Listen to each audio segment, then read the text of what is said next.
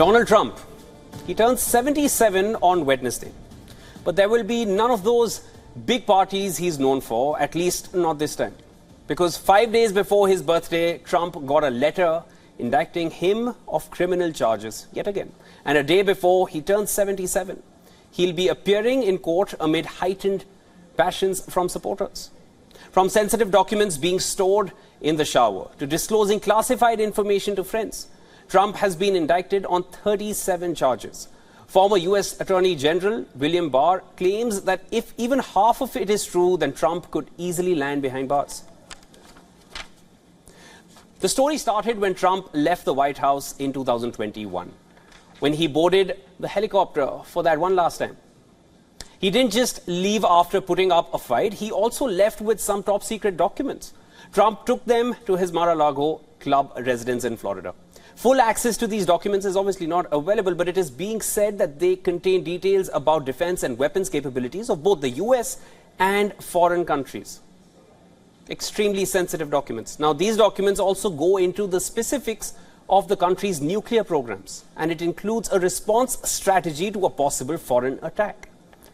Given the sensitivity of the data, the release of these papers can easily put Washington in a vulnerable position.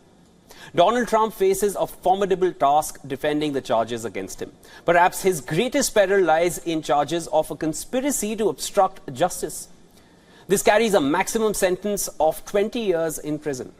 Legal experts said evidence appears to show that Trump was well aware that he was in possession of classified documents, but refused to turn them over and encouraged his lawyers to mislead the FBI. He has already started hitting back, and his rhetoric has an uncanny resemblance to his speeches prior to the Capitol riots. His supporters are on an aggressive offensive. Protests are on, and they say they won't go down without a fight. We've got guns and we'll use them. I'm quoting. That's what a protester boasted about. Remember, Trump is a candidate for the 2024 presidential race in the US. So how these provocative statements will play out is raising fears of a repeat of the Jan 6th Capitol Hill mayhem in 2021. They're cheating, they're crooked, they're corrupt. These criminals cannot be rewarded. They must be defeated. You have to defeat them. The ridiculous and baseless indictment of me by the Biden administration's weaponized Department of Injustice will go down as among the most horrific abuses of power in the history of our country. And we have a thug who's in charge. This is a political hit job. So what happens hereafter? Well, for potential felony charges, a prosecutor presents evidence to an impartial group of citizens. This will be called the grand jury. This jury looks at evidence and hears cases of both sides, and then it votes in secret. The investigation is at an early step at the moment.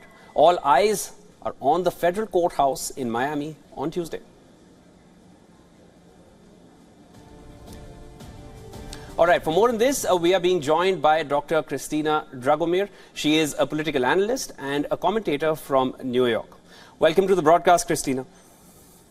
Well, great being here. Thank you for inviting me. Right. Christina, first the hush money indictment, now the mishandling of classified documents, charges over charges. How will this new indictment play on Trump's campaign trail?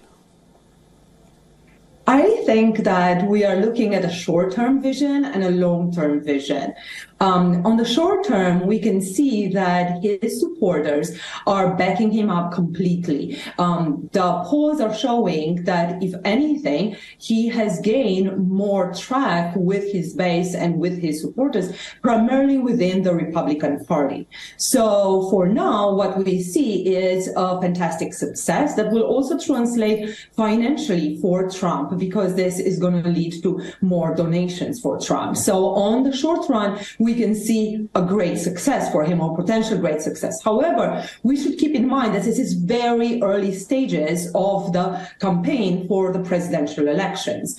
And historically speaking, we do have we do have a certain process in which the incumbent, the president who is right now in office in United States, which is Biden, is supposed to be the central of the elections for him to be continuously attacked by his opponents. But what's happening right now with Trump is a very different story, with Trump being the center of it, which might galvanize both independents and also Democratic supporters and get them to vote and vote for the opponent, who probably will be, at least what it looks at this stage, is going to be President Biden. So on the short run, he's getting a lot, but on the long run, I think that there is a lot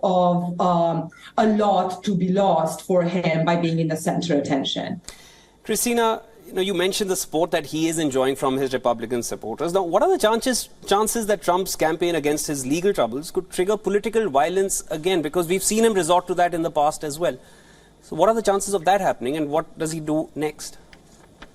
I think this is a serious threat that we are noticing right now within United States. Actually, the University of Chicago research showed that 4.4% of the U.S. population believes that violence is justified to return Trump to power. So this is extremely serious for